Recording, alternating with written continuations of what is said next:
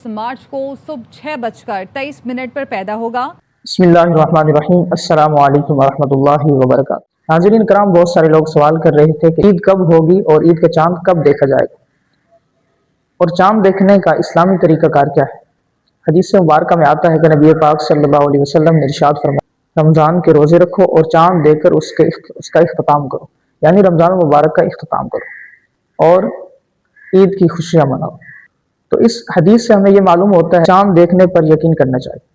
आजकल बहुत सारे लोग अफवाहें फैलाते हैं कि ईद कल सुबह होगी और पाकिस्तान में ईद का ऐलान हलाल कमेटी करती और बगैर गवाही के ऐलान नहीं किया जाता और उनसे भी गवाही ली जाती है कि जिन्होंने रमज़ान मुबारक का चांद देखा और ईद का चांद देखा।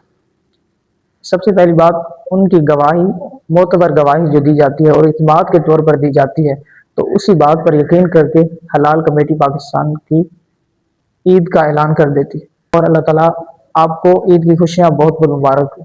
अगर किसी शख्स ने ये कहा कि कल सुबह ईद होगी तो उससे भी इत्मीनान लिया जाएगा और यकीन कराया जाएगा और उनसे गवाहियाँ दी जाएंगी कि कल सुबह वाकई ईद होगी या नहीं, क्योंकि ईद जो है वो चांद पर मुनहसर होती है। चांद देखकर हम ईद की खुशियाँ मनाते हैं।